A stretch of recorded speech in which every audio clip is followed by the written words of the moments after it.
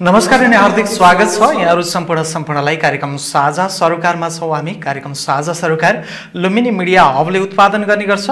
यो कार्यक्रम रूपन्देहीको देवदह टेलिभिजन, लुम्बिनी प्रदेशका विभिन्न रेडियो स्टेशनहरू, हाम्रो आधिकारिक फेसबुक पेज र युट्युब च्यानल मार्फत संसारभर हेर्न र सुन्न सक्नुहुन्छ। कार्यक्रम साझा सरोकारमा हामीले विभिन्न विषयमा छलफल, कुराकानी, विचार विमर्शलाई प्रस्तुत गर्दै आइरहेका छौं। आज पनि हामी फरक विषय, स्थानीय तहसँग जोडिएको विषयमा यहाँहरुमाझ कुराकानीका साथमा उपस्थित भइसकेका छौं।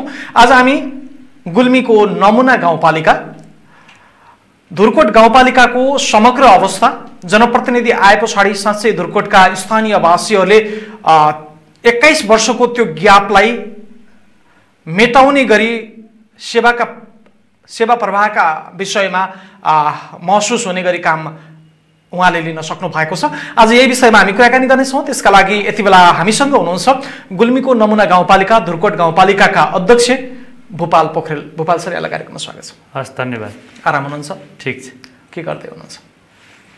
नियमित हामी गाउँपालिकाका नागरिकहरूको सेवाका लागि र त्यसको विकासका लागि चाहिँ आफ्नो जिम्मेवारीमा खटिरहेका छौँ। जनताका काम जनताकै लागि हजुर त्यसरी नै काम गर्नुभएको छ, गरिरहेछौँ। सरलाई याद छ जुन दिन तपाईँ विजय भएर उल्लासका साथ अबीर जात्रामा सहभागी हुँदै गर्दा जनताका अगाडि खाएका ती कसमहरू याद छन्? यति छिटै भुल्ने प्रतिनिधि म होइन। हामी त्यही निर्वाचनको बेला गरेका प्रतिबद्धता र घोषणा पत्रमा जे कुराहरू उल्लेख गरेका थियौँ, साथै हामीले मान्दै आइरहेको विचार र त्यसको आधारमा बनेको पार्टीको सिद्धान्त र नीति अनुसार चाहिँ नागरिकको सेवाका लागि र समग्र विकासका लागि निर्वाचनको प्रतिबद्धता नै पुरा गर्ने दिशामा अगाडि बढिरहेका छौँ, जसका लागि आवश्यक स्रोत, साधन र परिचालन, जनशक्तिको परिचालनमा चाहिँ विशेष ध्यान दिँदै समग्र धुर्कोटको विकास, समृद्ध धुर्कोटको विकास चाहिँ हाम्रो मुख्य लक्ष्य अनुसार अगाडि बढिरहेका छौँ। हजुर, भूपाल सरसँग मैले बिर्सनुभयो भन्न खोजेको चाहिँ होइन, जस्तो धेरै स्थानीय पालिकाहरूमा होइन त्यति बेला चाहिँ ठुलै सपना देखायौँ, तर काम गर्ने सिलसिलामा त गाह्रो पो हुँदो रहेछ भन्ने खालका कुराहरू चाहिँ आए। कतै त्यो भयो कि भएन भनेर मात्रै सोध्न खोजे। हामीले निर्वाचनको बेला गरेका प्रतिबद्धता अनुसार हाम्रो क्षमताले कति भ्याउन सकिन्छ, हामीसँग भएको सीमित स्रोत, साधन र संघीयता कार्यान्वयनको पहिलो चरणमा हामी निर्वाचित हुँदै गर्दा हामीले धेरै ठुला सपनाहरू पनि बाँडेनौँ। हामी संघीयताको कार्यान्वयनका लागि पहिलो कुरा त स्थानीय तहलाई संस्थागत रूपमा हामीले विकास गर्नेछौँ। जो हामी धुर्कोट गाउँपालिका भन्दा बित्तिकै नयाँ ठाउँमा हाम्रो कार्यालय स्थापना गरेका थियौँ, केन्द्र तोकिएको थियो, त्यसलाई गाउँपालिकाको सभाबाट, गाउँ सभाबाट सर्वसहमतिले हाम्रो गाउँपालिकाको केन्द्र, त्यसको क्षेत्र र कार्यालय भन्ने स्थान समेत तोकेर फाइनल गऱ्यौँ, काम गर्नुभयो। त्यसका आधारमा हामीले त्यहाँ आवश्यक पर्ने संरचनाहरू, खास गरेर चाहिँ प्रशासनिक भवन निर्माण गरेर गाउँपालिकाको केन्द्रका गाउँपालिकाबाट हुने हरेक विकास आयोजना र सेवा प्रवाहका काम, नागरिकलाई सेवा दिने सन्दर्भमा चाहिँ आफ्नै कार्यालयबाट अहिले काम गरिरहेका छौँ। र त्यहाँको भौतिक पूर्वाधारको विकासको काम लगायत चाहिँ आधारभूत आवश्यकता जो गाउँपालिकाको केन्द्रमा पर्ने विषय हुन्, ती विषयहरूमा केन्द्रित रहेर चाहिँ हामीले काम गऱ्यौँ, जसका कारणले गर्दा अहिले धुर्कोटको विकासका लागि चाहिँ आवश्यक पर्ने हरेक काम कारबाहीहरू सहज रूपमा अगाडि बढिरहेका छन्। त्यो हामी प्रत्यक्ष देख्न सक्छौँ र हाम्रा नागरिकले त्यो प्रत्यक्ष अनुभूति गरिरहनु भएको छ। जनताले तपाईँहरूका कामको प्रत्यक्ष अनुभूति भएको छ, अहिले भएको छ। हामीले खास गरेर धुर्कोटका मुख्य समस्या के हुन्, जनताको माग के हो, त्यहाँको अहिलेको तत्कालीन अवस्थाको प्राथमिकरण पर्ने योजनाहरू के हुन् भन्ने सन्दर्भमा चाहिँ हामीले नागरिकसँगै छलफल गऱ्यौँ। त्यहाँका सरकारवाला निकाय, खास गरेर मुख्य राजनीतिक दल, विभिन्न सरकारवाला निकायहरूसँग हामीले संवाद गऱ्यौँ, छलफल गऱ्यौँ। त्यसका आधारमा चाहिँ गाउँपालिकाको 5 वर्षीय आवधिक योजना, 25 वर्षीय रणनीतिक सोच, समृद्ध धुर्कोट हाम्रो शान भन्ने 25 वर्षीय रणनीतिक सोच र 5 वर्षीय आवधिक योजना बनाएर योजनाबद्ध विकास, हाम्रो आर्थिक विकास अन्तर्गत हामीले गर्ने कामहरू के हुन् 5 वर्षमा, त्यसको प्राथमिकरण, पहिलो नम्बर के हो, दोस्रो के हो, तेस्रो के हो भन्ने कुरो प्राथमिकरण गऱ्यौँ। त्यसै गरिकन सामाजिक विकास अन्तर्गत हाम्रो पहिलो प्राथमिकता शिक्षालाई हामीले प्राथमिकरण गऱ्यौँ, दोस्रोमा स्वास्थ्यलाई गऱ्यौँ, त्यसै गरिकन अरू थुप्रै कुराहरू सामाजिक विकास अन्तर्गत गऱ्यौँ, पूर्वाधार विकास, त्यसै गरिकन हामीले वन वातावरण र विपद व्यवस्थापन, संस्थागत विकास र सुशासन सम्बन्धी चाहिँ हामीले विभिन्न योजना कार्यक्रमहरू प्राथमिकरण गरेर त्यसका लागि आवश्यक बजेट र बजेट कार्यान्वयनका लागि चाहिने जनशक्ति र जनसहभागितामा हामीले चाहिँ विशेष जोड दियौँ, ध्यान दियौँ र हामीले निर्वाचनमा बोलेका कुरा जो नागरिकको घर दैलोमा हामी मत माग्दै जाँदा नागरिकले आफ्ना मागहरू राख्नुभएको थियो, जो प्रत्यक्ष चाहिँ नागरिकसँग जोडिएका विकासका कार्यक्रमहरू थिए, जो आधारभूत रूपमा थुप्रै ठाउँमा पिउने पानीको समस्या, सडकका कुरा, विद्युतका कुरा, अन्य रोजगारी आय आर्जनसँग सम्बन्धित कुराहरू थिए, ती कुराहरूलाई चाहिँ हामीले घोषणापत्रमा पनि हामीले प्रतिबद्धता जनाएका थियौँ। त्यसै अनुसार नै हामीले चाहिँ आवधिक योजना बनायौँ र आवधिक योजना बनाउँदा खास गरेर सङ्घीय सरकारको 15औं पञ्चवर्षीय योजनाले जुन लक्ष्य निर्धारण गरेको छ त्यसलाई हासिल गर्नका लागि र दिगो विकासको लक्ष्य 2030 सम्म चाहिँ दिगो विकासको लक्ष्य हासिल गर्ने जो अन्तर्राष्ट्रिय प्रतिबद्धता छ हाम्रो राष्ट्रको, त्यसलाई पनि हासिल गर्नका लागि चाहिँ हामीले 5 वर्ष आवधिक योजनामा ती कुराहरूलाई समावेश गऱ्यौँ। त्यसलाई मूल एजेन्डा बनाएर हामी आज कार्यान्वयनको चरणमा अगाडि बढिरहेका छौँ र कार्यान्वयनका यी विगत करिब 4.5 वर्ष हामीले बितायौँ र समग्र मूल्याङ्कन गर्दा हामीले कुनै विषयमा त निर्वाचनको बेला गरेका प्रतिबद्धताभन्दा 200% बढी पनि हामीले काम गरेछौँ। त्यति धेरै काम भएछ कुनै कुनै सेक्टरमा, सबैमा होइन। तर चाहिँ औसतमा हिसाब गर्ने हो भने आजका मितिसम्म हामी 80% भन्दा बढी काम चाहिँ सम्पन्न गरिसकेका छौँ र बाँकी हाम्रो जति चाहिँ 6 महिना रहेको छ त्यो बिचमा पनि बिचमा विपद पनि आयो, कोभिडका कारणले थुप्रै चाहिँ आयोजनाहरू समयमा सम्पन्न गर्न सकिएन, हामी विपद व्यवस्थापनमै लाग्यौँ, अझ यही बिचमा मनसुनजन्य विपदले हामीलाई समस्या पार्यो। यी थुप्रै कारणले चाहिँ केही कुराहरूमा हामी चाहिँ थोरै ढिला भएको छ, तर पनि जति दिन हाम्रो बाँकी समय छ हाम्रा ती विकास आयोजनाहरू कर्मगत रूपमा अगाडि बढिरहेका छन्। जनताकै लागि तपाईहरुले काम गर्नु भएको छ। हामीले हाम्रो कार्यकाल अवधिभरमा हामीले के गर्छौँ भन्ने प्रतिबद्धता जनाएका छौँ। तिनी कुरा चाहिँ अब नतिजा देखिने गरी जनताले अनुभूत गर्ने गरी हामीले चाहिँ सम्पन्न गर्दैछौँ। अब मैले धेरै कुरा भन्ने भन्दा त्यहाँका जनताहरूले नै त्यो प्रत्यक्ष देखिराख्नु भएको छ। तपाईँ जस्ता मिडियाहरू फिल्डमा गएर हेरिराख्नु भएको छ। हामीले चाहिँ नागरिकलाई चाहिँ सन्तुष्ट हुने खालका, सन्तुष्टि हुने गरिकन हामीले चाहिँ काम गरिरहेका छौँ। नागरिकहरूले हामीलाई काम गर्दा सहयोग पनि गर्नुभएको छ, सक्रिय सहभागिता पनि जनाउनु भएको छ, खबरदारी पनि गरिरहनु भएको छ, आलोचना पनि गरिरहनु भएको छ। जसका कारणले आज धुर्कोट गाउँपालिका देशैभरिका गाउँपालिकाहरूमध्ये कामका हिसाबले, योजनाका हिसाबले, योजनाबद्ध विकासका हिसाबले चाहिँ 2-4वटा पालिकाहरूको छलफल चर्चा बहस चल्यो भने त्यसभित्र धुर्कोट गाउँपालिका पर्छ। अब यसमा तपाईँहरूले हामीले गऱ्यौँ भनेर भन्नुहुन्छ, जनप्रतिनिधिहरूले काम गर्नकै लागि मत माग्नुभयो, जनताका लागि काम गर्नु भएको छ भन्ने कुराहरू चाहिँ सबैलाई सर्वविदितै छ। तर उहाँहरूलाई के चासो हो भन्दा तपाईँको विगत 21 वर्षदेखि कर्मचारीले साह्रै दुःख दिए है, सेवा प्रवाहमा निकै ठुलो समस्या भयो, विकासमा गाउँ गाउँमा बजेट परेन, गाउँ गाउँमा विकास भएन, बाटो पुगेन, खानेपानी पुगेन, जनतासँग प्रत्यक्ष रूपमा चाहिँ हिजोको सरकार जोडिएन। आज चाहिँ जनप्रतिनिधिले हरेकलाई जोड्नुपर्छ, विवाहमा होस् अथवा मर्दा होस्, हरेक ठाउँमा चाहिँ जनप्रतिनिधि हुनुपर्छ भन्ने अपेक्षा थियो। तपाईँ हुनुभयो, तपाईँ पुग्नुभयो। हामी मुख्य गरेर कर्मचारीहरूले जो बिचमा द्वन्द्वका कारणले जनप्रतिनिधि विहीन स्थानीय तह रह्यो, स्थानीय निकायहरू रहे, त्यो बेलामा नागरिकले केही चाहिँ दुःख भएकै हो, केही होइन, धेरै दुःख। तर चाहिँ के होइन भने कर्मचारी भनेको विधि अनुसार, कानुन अनुसार नियमित कार्य सञ्चालन गर्ने कुरो, प्रशासनिक काम गर्ने हो। तर यो विकास आयोजना र चाहिँ जनताको अपेक्षा अनुसारको काम गर्नका लागि कुनै कुनै बेला रिस्क पनि लिनुपर्छ, जोखिमहरू पनि मोल्नुपर्छ र आइपर्ने चुनौतीहरूको सामना गर्ने क्षमता राजनीतिक व्यक्ति र जनताले चुनेको प्रतिनिधि हुँदा सहज मात्रै त्यो जनताप्रति बढी जिम्मेवार र जवाफदेही हुनु पर्दो रहेछ। त्यसले गर्दा हामीले अहिले यो चाहिँ बिचमा करिब 15 वर्ष जति जनप्रतिनिधिहरू विहीन भयो, निर्वाचन करिब 20 वर्षमा भयो। त्यो बिचको चाहिँ ग्यापलाई पुरा गर्ने तरिकाले नागरिकका समस्याहरूको पहिचान गरेर त्यसको प्राथमिकरण गरेर हामीले हाम्रो कार्यकालमा चाहिँ हामीसँग भएको स्रोत साधनलाई परिचालन गर्दा कति काम गर्न सक्छौँ भन्ने कुराको चाहिँ एउटा निष्कर्ष निकालेर हामीले काम सुरु गऱ्यौँ।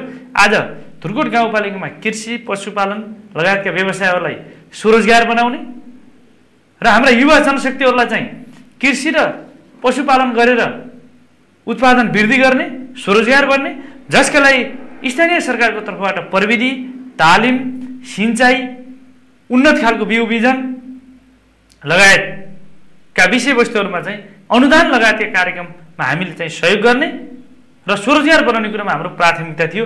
त्यो हाम्रो कर्मश नतिजा देखिने गरिकन आज पनि तपाईँको चाहिँ हामीले गाउँपालिकालाई खसी र बोकाको मासुमा आत्मनिर्भर गाउँपालिका घोषणा गरेका छौँ। अहिले पनि धुर्कोट गाउँपालिकाबाट खसी र बोकाहरू बुटबल लगायत छिमेकी पालिका, छिमेकी जिल्लासम्म पुगिरहेका छन्। हामीहरूले आत्मनिर्भर छौँ, देखिने गरी काम भएको छ, घोषणा पनि गरिसकेका छौँ। त्यसै गरी हरियो तरकारी उत्पादन हामीले वृद्धि गरेर चाहिँ युवाहरूलाई स्वरोजगार भन्ने त्यस्ता खालका तालिमहरू, प्रविधिहरूमा अनुदान दिने त्यस्ता खालका कार्यक्रम अगाडि बढाएका छौँ। हामीले कोभिडका कारणले थुप्रै व्यक्तिहरूले बेरोजगार हुनुभयो, रोजगारी गुम्यो। बाँझो जमिन जोत्नका लागि चाहिँ अनुदान कार्यक्रम दियौँ। अहिले थुप्रै युवा साथीहरू रोजगारीको सिलसिलामा बाहिर जाने, घरमा वृद्ध बुवाआमा मात्रै हुने, जमिन उत्पादनशील जमिनलाई चाहिँ उत्पादन गर्न नसकिने बनाउने जुन बढिरहेको थियो, कोभिडकै बिचमा हामीले चाहिँ अनुदानको कार्यक्रम ल्यायौँ। त्यसले करिब 1700 रोपनीभन्दा बढी क्षेत्रफलमा चाहिँ उत्पादनशील, करिब 1000 रोपनीभन्दा बढीमा अन्नबाली र 500 भन्दा बढीमा चाहिँ फलफुल खेती चाहिँ अहिले गरिएको छ। बन्जर जमिनहरू अहिले उत्पादनशील बन्दैछन्, बनिरहेका छन्, त्यो नतिजा देखिँदैछ। त्यसै गरिकन चाहिँ हामीले अन्य कृषिमा चाहिँ फलफुल खेतीमा सुन्तलालाई पहिलो प्राथमिकता राखेका छौँ। त्यसै गरी कागती खेती र अन्य फलफुल। अहिले यो वर्ष हामीले चाहिँ ओखर खेतीलाई चाहिँ व्यावसायिक रूपमा ओखर खेती लगाउने भनेर त्यो कार्यक्रम अगाडि बढाउँदैछौँ।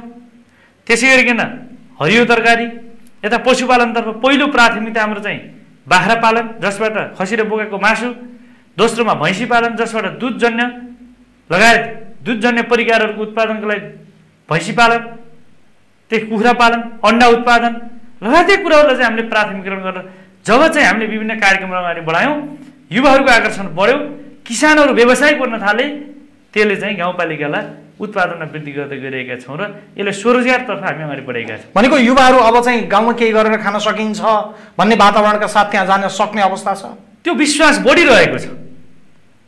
हामी जनप्रतिनिधिमूलक संस्था जब पालिका स्तरमा हामीले बन्यौँ, हामीले काम सुरु गऱ्यौँ, वैदेशिक रोजगारमा गएका विभिन्न पेसा व्यवसाय गर्न सहर छिरेका युवा साथीहरूले गाउँ फर्केर चाहिँ ठुला उद्योगहरू, कृषिजन्य चाहिँ उद्यम व्यवसायहरू सुरु गर्नुभएको छ।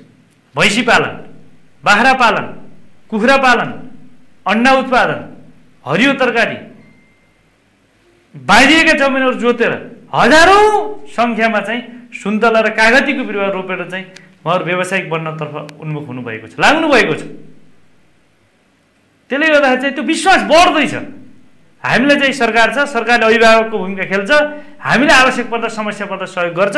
हामी अब उद्यमशील बन्नुपर्छ, स्वरोजगार बन्नुपर्छ, उत्पादनमा लाग्नुपर्छ। आफ्नो पसिना, मेहनत, श्रम चाहिँ आफ्नै गाउँमा, आफ्नै ठाउँमा, आफ्नो जन्मभूमिमा लगाउने हो भने यही पैसा कमाउन सकिन्छ भन्ने त्यो विश्वास बढ्दो छ युवाहरू।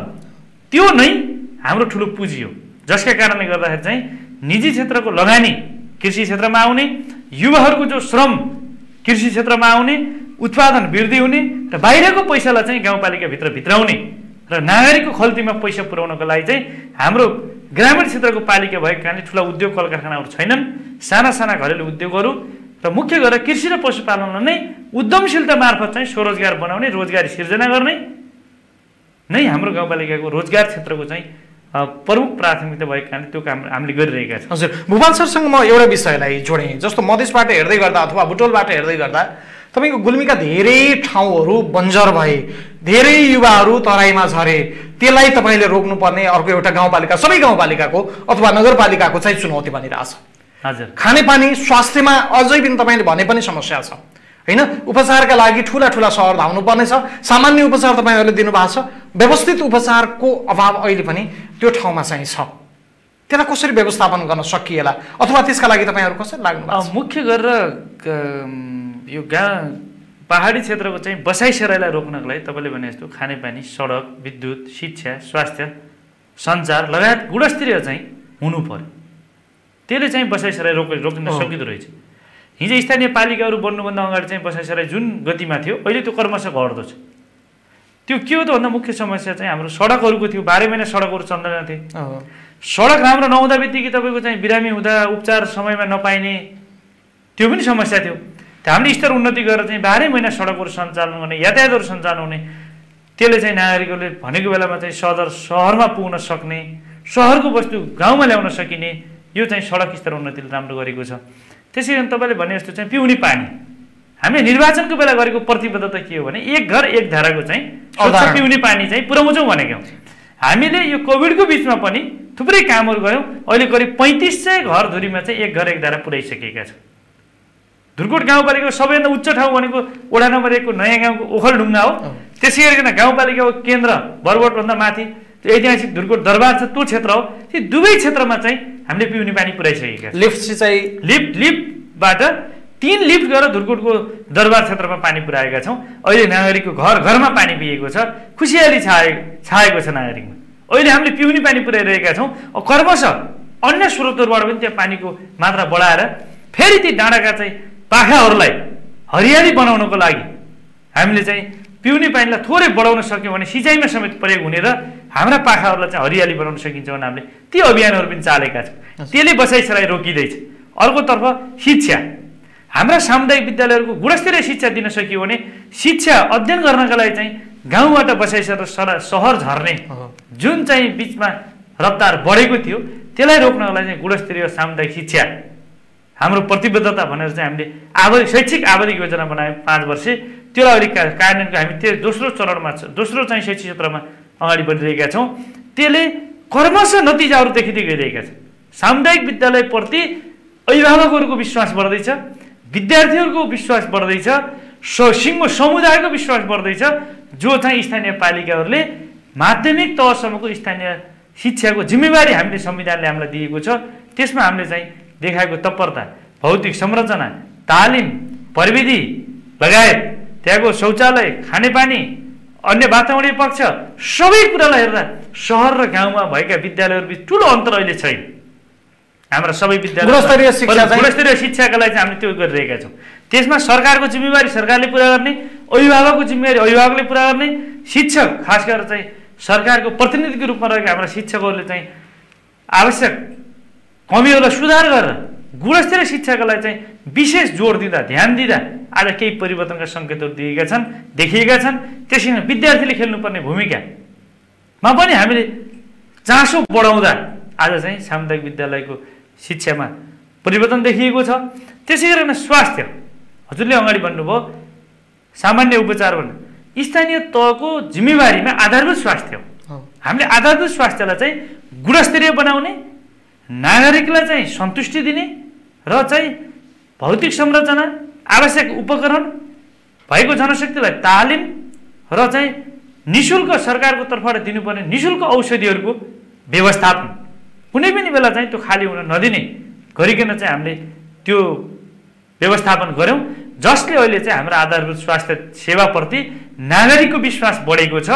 अहिले हामी निर्वाचित हुँदा 3वटा स्वास्थ्य चौकीहरूबाट बर्थिङ सेन्टर थियो, प्रसुति सेवा थियो। अहिले 7वटै स्थानबाट चाहिँ हामीले 7वटै वडाबाट चाहिँ यो प्रसुति सेवा दिइरहेका छौँ। निःशुल्क एम्बुलेन्स सेवा छ। गर्भवतीको लागि चाहिँ चाहिने क्याल्सियम, आइरन चक्की लगायतका निःशुल्क हामीले उपलब्ध गराएका छौँ। त्यसै गरी हामीलाई स्वास्थ्य कर्मीलाई आवश्यक तालिम, स्वास्थ्य संस्थामा चाहिने आवश्यक उपकरण, प्रविधि लगायतका कुराहरूलाई चाहिँ पर्याप्त मात्रामा चाहिँ उपलब्ध बनाउँदा आधारभूत स्वास्थ्य चाहिँ गुणस्तरीय सेवा दिइरहेका छौँ। हजुर, 1500 अस्पताल निर्माण गर्ने जो सङ्घीय सरकारको चाहिँ र संविधानमै आधारभूत स्वास्थ्य भन्ने बित्तिकै त्यो अधिकार स्थानीय तल भएको कारणले गर्दा 1500 सम्मको अस्पताल निर्माण कार्य सुरु भइसकेको छ। ठेक्का भएर सम्झौता भएर हाम्रो चाहिँ अब निर्माण कार्य चाहिँ सुरुको चरणमा अगाडि बढिसकेको छ। केही वर्षमा त्यो सम्पन्न हुन्छ र मैले अगाडि पनि भने स्वास्थ्य सेवा भन्दैमा मात्रै हुँदैन, अब गुणस्तरीय स्वास्थ्य सेवा, नागरिकले भरपर्दो र विश्वासिलो भरोसायोग्य सेवा चाहिँ स्थानीय पालिकाले आफ्ना स्वास्थ्य संस्थाहरूबाट दिनुपर्छ। त्यो नागरिकको अधिकार हो। त्यो अधिकारबाट हामीले कसैलाई पनि वञ्चित बनाउन पाइँदैन। किन भन्दा त्यो संविधानले चाहिँ मौलिक अधिकारभित्र राखेको कुराहरूलाई चाहिँ हामीले त्यो पुरा गर्नुपर्छ भन्ने कुरालाई चाहिँ ध्यान दिएर गुणस्तरीय स्वास्थ्य सेवामा चाहिँ हामी लागिरहेका छौँ। त्यसै सुरक्षित आवास अन्तर्गत हामीले घरका छानाहरू मुक्त गर्ने अभियान चलाउनेछौँ भनेर प्रतिबद्धता पनि जारी गरेका थियौँ, घोषणापत्रमा पनि उल्लेख गरेका थियौँ। पदबहालीको पहिलो निर्णय पनि गरेका थियौँ। आज गुल्मी जिल्लामा पहिलो गाउँपालिका घरका छाना मुक्त घर निर्माण भएको गाउँपालिका हामीले घोषणा पनि भनेको त्यो गाउँपालिकामा सुरक्षित आवासभित्र चाहिँ सुरक्षित घरभित्र चाहिँ नागरिकहरू बस्नु भएको छ। त्यसै गरिकन अहिले मनसुनजन्य विपदबाट क्षति पुगेका घरहरूलाई पनि पुनर्निर्माण गर्ने गरिकन त्यो कार्यक्रमलाई पनि अगाडि बढाइसकेका छौँ। त्यसो गर्दा चाहिँ नागरिकको सुरक्षित आवास जो मौलिक अधिकारभित्र छ त्यो कार्यान्वयन गर्ने सन्दर्भमा पनि धुर्कोट गाउँपालिका चाहिँ उत्कृष्ट रूपमा चाहिँ हामी अगाडि बढिरहेका छौँ। त्यसमा नागरिकको तर्फबाट र गाउँपालिकाको तर्फबाट साझेदारी गरेर हामीले कार्यक्रम अगाडि बढाउँदा सफल पनि बनिरहेका छौँ। गुल्मी जिल्लालाई धेरै हिसाबले ऐतिहासिक हिसाबले चिन्न सकिन्छ। रुरुको कुरा होस्, रेडीको कुरा होस्, होइन, धुर्कोट दरबारको कुरा होस्, पर्यटकीय हिसाबको कुरा गर्ने हो भने धुर्कोट दरबारलाई चाहिँ व्यवस्थापन गर्न सक्नुपर्छ, सकिन्छ, होइन, पर्यटन आवागमनको मुख्य केन्द्र पनि बन्न सक्छ। त्यसका लागि पनि केही त्यस्ता खालका पहलहरू चाहिँ भएका छन्। हामीले खास गरी धुर्कोट गाउँपालिकाभित्रकै ऐतिहासिक, धार्मिक, पर्यटकीय र चाहिँ पुरातात्विक हिसाबले महत्त्व पुगेका ठाउँहरूको पहिला पहिचान गऱ्यौँ। त्योभित्र के पर्छन्, कुन पर्छन्, कसको इतिहास कति लामो छ भनेर त्यो खोज्यौँ, त्यसको तथ्याङ्क लियौँ। त्यसका आधारमा चाहिँ पहिलो गन्तव्य स्थल कुन हुनसक्छ भनेर चाहिँ हामीले ऐतिहासिक धुर्कोट दरबार, विचित्र गुफा, झल्याकोट, कुमारदेवी मन्दिर, कालिका स्थान मन्दिर, त्यसै गरिकन चाहिँ मनोकामना मन्दिर लगायतका चाहिँ थुप्रै ठाउँहरूको चाहिँ पहिचान गरेर त्यसका आधारमा त्यसको पूर्वाधार, त्यहाँ आवश्यक मात्रामा चाहिँ चाहिने पुरातात्विक क्षेत्रको संरक्षण, त्यसको प्रचार प्रसार, त्यसको प्रवर्धन गर्ने कुरामा चाहिँ हामी अगाडि बढेर अहिले ऐतिहासिक धुर्कोट दरबारको चाहिँ पुनर्निर्माण काम अन्तिम चरणमा पुगेको छ। त्यसै गरिकन कालिका मन्दिर जो चाहिँ ऐतिहासिक धुर्कोट दरबार र कालिका मन्दिर वस्तुमा रहेको त्यसको सम्बन्ध थियो, त्यसको पूर्वाधारको अन्तिम चरणमा रहेको छ। विचित्र गुफालाई त्यस क्षेत्रको चाहिँ सूचना केन्द्रको पूर्वाधार निर्माण गरेर चाहिँ त्यस वरिपरिको क्षेत्रलाई पनि पूर्वाधार निर्माणमा हामी अगाडि बढेका छौँ। त्यसै गरी वडा नम्बर 1 को झल्याकोट क्षेत्र जो चाहिँ धेरै मनोरम दृश्यहरू देखिन्छ त्यहाँ गएर, त्यसलाई पनि पूर्वाधार निर्माण गर्ने यो वर्ष चाहिँ हामीले डिपिआर गरेर काम अगाडि बढाउँदैछौँ।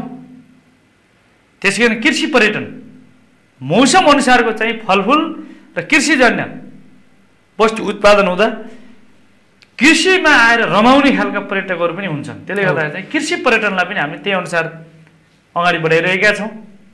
र अन्य कुरा खास गरेर चाहिँ आन्तरिक र बाह्य पर्यटनलाई भित्र ल्याउन विभिन्न पार्कहरू निर्माण गर्ने, अहिले एउटा शहीद पार्क निर्माण गरेका छौँ। हरेक वडामा तपाईँको चाहिँ एउटा वडा एउटा पार्कको अवधारणा त्यो पनि अगाडि बढाइरहेका छौँ। र त्यहाँका पुरातात्विक क्षेत्रहरू, ठाउँहरू, मठ मन्दिरहरू त्यसको पनि संरक्षण गर्नका लागि चाहिँ हामी लागिरहेका छौँ। त्यसको लागि आवश्यक बजेट, स्रोत साधन, खोज अनुसन्धानका कामहरू चाहिँ अगाडि बढाइरहेका छौँ। हामी बुटोलमा बसेर कुराकानी गर्दै गर्दा म भूपाल सरसँग, होइन, तपाईँको चाहिँ भूपाल सर रहेको अथवा नेतृत्व गरेको धुर्कोट गाउँपालिकामा सर्वसाधारणहरू किन पुग्ने, एकदमै छोटोमा है केका लागि पुग्ने, यसो त्यो पनि एउटा चाहिँ विचित्र नामको गुफा छ। त्यो चाहिँ नेपालभरि जुनसुकै ठाउँमा जाँदा पनि तपाईँले त्यस्तो गुफा देख्न पाउनुहुन्न। अर्को 24 राज्य अन्तर्गतको ऐतिहासिक दरबार छ जो चाहिँ पुनर्निर्माण भएको छ। त्यहाँ गएर पनि धेरै मनोरम दृश्यहरू देख्न सकिन्छ। हामीले अहिले भर्खर शहीद पार्क बनाएका छौँ जो आनन्द लिने खालको ठाउँ छ। त्यो झल्याकोट क्षेत्र जो चाहिँ त्यहाँ जाँदा प्राकृतिक रूपमा नै त्यहाँ धेरै आनन्द लिने ठाउँ छ। त्यो लगायतका ठाउँहरू छन्। एकपटक आउनुहोस्, घुम्नुहोस्। त्यसपछि धुर्कोट साँच्चीकै रूपमा विगत लामो समयदेखिको धुर्कोट पिउने पानीले समस्या भएको धुर्कोटमा आज ठुलो परिवर्तन भएको छ, ठुलो रूपान्तरण भएको छ। धेरै व्यक्तिहरू त्यहाँबाट जन्मिएर त्यहाँको विकासका कारणले गर्दा, पछाडि परेका कारणले गर्दा आज सहरतिर झर्नु भएको छ। एकपटक जन्म ठाउँतिर अथवा बाबुबाजेको जन्म ठाउँतिर फर्किनुहोस्, घुम्नुहोस्, हेर्नुहोस्। हामीले गरेको परिवर्तन, छोटो समयमा गरेको विकास छोटो समयमा पनि यत्रो विपत्तिसँग जुत्दै पनि चाहने हो भने, योजना बनाउने हो भने, त्यो योजनालाई कार्यान्वयन गर्ने इच्छा शक्ति हुने हो भने नागरिकसँग मिलेर, जनतासँग मिलेर स्थानीय सरकार लाग्ने हो भने परिणाम देखिने गरी, नतिजा देखिने गरी जनतालाई सँगसँगै अगाडि बढाएर जनताको खबरदारी, जनताको आलोचना र जनताको सहयोग र जनताको सहभागिताबाट छोटो समयमा कति काम गर्न सकिन्छ भनेर एकपटक धुर्कोटाएर हेर्नुहोस्। त्यो हामी देखिने गरिकन चाहिँ, त्यो अनुभूत हुने गरिकन चाहिँ काम गरेका छौँ।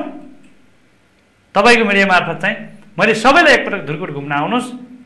स्थानीय पालिकाहरूले पनि काम गर्न सक्छन्, सक्षम छन्, स्थानीय नेतृत्व पनि सक्षम छ। जनसहभागिता जुटाउँदा थोरै बजेटले पनि, थोरै जनशक्तिले पनि, थोरै अनुभव भएको जनशक्तिले पनि धेरै काम गर्न सकिन्छ भन्ने त्यो विश्वास चाहिँ हामीले दिलाउन सक्छौँ। यो चाहिँ गर्वका साथ हामीले भन्न सक्ने गरिकन काम गरिरहेका छौँ। गाउँ गाउँमा सिंहदरबार होइन सिंह पसे भन्छन् अहिले, यसको जवाफ तपाईँहरूले कसरी दिनुहुन्छ? त्यो कुराको लागि चाहिँ मैले जवाब भन्दा पनि त्यो धुर्कोटमा आउनुहोस्, धुर्कोटमा आएर त्यहाँको अध्ययन गर्नुहोस्। छोटे हामीले गरेका कामहरू, छोटे राजाहरू पसे होइन, हामी राजाको रूपमा, हामी जनताको सेवकको रूपमा, त्यो जनताको एउटा प्रतिनिधिको रूपमा हामी बसिरहेका छौँ। हामीले हाम्रा नागरिकलाई ठुलो मान्छे नि राजा हुन् भन्ने कुनै पनि अनुभूत गराएका छैन। हामी यहाँका भाइ भतिजा हौँ, तपाईँहरूका छोराछोरी हौँ। तपाईँहरूले आज हामीलाई यहाँको विकास गर्न, तपाईँहरूको सेवा गर्नका लागि हामीलाई यो ठाउँमा पठाउनु भएको छ। हामी तपाईँहरूको सेवक हौँ भनेर चाहिँ त्यो प्रस्तुत गरेका छौँ। अब मान्छेहरूको चाहिँ दुईटै कुरा छ, हामीले गरेका राम्रा कुरालाई राम्रै तरिकाले पनि बुझ्नेछ, केहीले चाहिँ अब त्यसलाई तपाईँले भने राजाको तरिकाले चाहिँ स्थानीय तहहरूलाई चाहिँ भन्ने पनि गर्छन्, विश्लेषण गर्न लाग्छ। देशैभरि त्यहाँको मौलिकता, आफ्नो क्षमता, तपाईँ अहिले पनि सङ्घीय कानुनहरू बनेका छैनन्, अन्तर सरकार बीच काम गर्ने कानुनहरू बनेका छैनन्, सङ्घीय सरकार प्रदेश सरकारबाट बन्नुपर्ने कानुनहरू बनिरहेका छैनन्। स्थानीय तहका जटिलता के छन्, चुनौतीहरू के हुन्, समस्याहरू के हुन् भनेर कसैले नै हेर्दैन। तर के हो, त्यहाँ सानो कमजोरी छ भने त्यसैलाई हाइलाइट गर्नु। तपाईँको अहिले पनि 99वटा काम राम्रो गर्नुहोस्, एउटा काम गलत भयो भने कर्मचारी जनशक्ति छैन, अनुभवी जनशक्ति छैन। तपाईँले कृषि, पशुपालन लगायत शिक्षा, स्वास्थ्य लगायत क्षेत्रमा दक्ष जनशक्ति स्थानीय तहमा छ भन्दा छैन, सबै माथि छ। अनुसन्धान गर्ने कामहरू सङ्घीय सरकार प्रदेश सरकारले गर्नुपर्छ, ती कामहरू गरेको छैन। धेरै असल त स्थानीय तहलाई धेरै अधिकार दियो भनेर मात्रै माथि बस्नेहरूले अझै पनि अधिकार दिन खोजिरहेका छैनन्। अहिलेसम्म शिक्षा ऐन आएको छैन, तर पनि हामी ऐन नआउँदै पनि विद्यमान कानुनबाट, हिजो सङ्घीयता बन्न पहिलेका कानुनहरूबाट काम गर्दै जाँदा नतिजा देखिने गरिकन सुधारका कामहरू भइरहेका छन्, परिवर्तनहरू भइरहेका छन्। आज प्रदेश सरकारले बनाउनु पर्ने स्थानीय सेवा ऐन बनेको छैन, स्थानीय सरकारमा जाने कर्मचारीहरूमा सङ्घीय निजामती ऐन आएको छैन। यो जटिलता बीचबाट स्थानीय तहले गरेका कामहरूलाई साँच्चीको रूपमा चाहिँ सिंहदरबार गाउँमा अधिकारसहित गएको छ। संविधान एकल अधिकार, 22वटा एकल अधिकार दिएको छ हामीलाई। ती एकल अधिकारहरू कार्यान्वयन गर्ने सन्दर्भमा स्थानीय तहहरू कहाँ पुगेका छन् त्यसको मापन गर्ने हो भने हामी धेरै अगाडि छौँ। त्यसले गर्दाखेरि चाहिँ हामी कार्यान्वयनको पहिलो चरणमा छौँ। हामीसँग भएको जनशक्ति, हाम्रो अनुभव, हामीसँग भएको सीमित स्रोत साधन बजेट, जनतालाई परिचालन गरेर आज नागरिकलाई चाहिँ सँगसँगै अगाडि लिएर गएर हामी धेरै कामहरू गरेका छौँ। त्यसलाई स्वीकार गर्न सकिँदैन। अघि मैले भने नि तपाईँ गाउँ गाउँमा छोटे राजाहरू भए भन्ने कुरालाई स्वीकार गर्न सकिँदैन। मिडियाले पनि त्यो शब्द चाहिँ परिवर्तन गर्नुपर्छ। त्यसले स्थानीय तहले गरेका प्रतिनिधिले एउटा सेवकको रूपमा गरेका कुराहरू अगाडि ल्याउनु भयो भने गाउँमा आएको सिंहदरबार जनताले अनुभूत गर्ने गरिकन काम गरेका छौँ।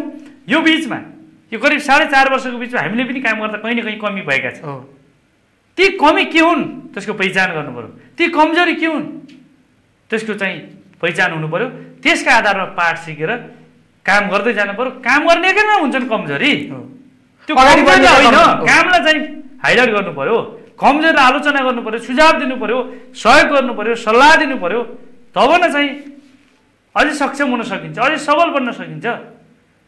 अनि अर्को एउटा प्रश्न म सँगै तपाईँलाई गर्न चाहन्छु। हामीले यो कार्यक्रम सञ्चालन गर्दै गर्दा आम नागरिकले सोधिएको प्रश्नमा हामीले सजिलै जवाफ दिन सकिने अवस्था छ कि छैन आगामी दिनमा पनि? ढुक्कका साथ, खुसीका साथ हामी नागरिकको सेवा गर्न हामी त्यो ठाउँमा छौँ, प्रतिनिधि रूपमा त्यो संस्थामा बसेर काम गरिरहेका छौँ।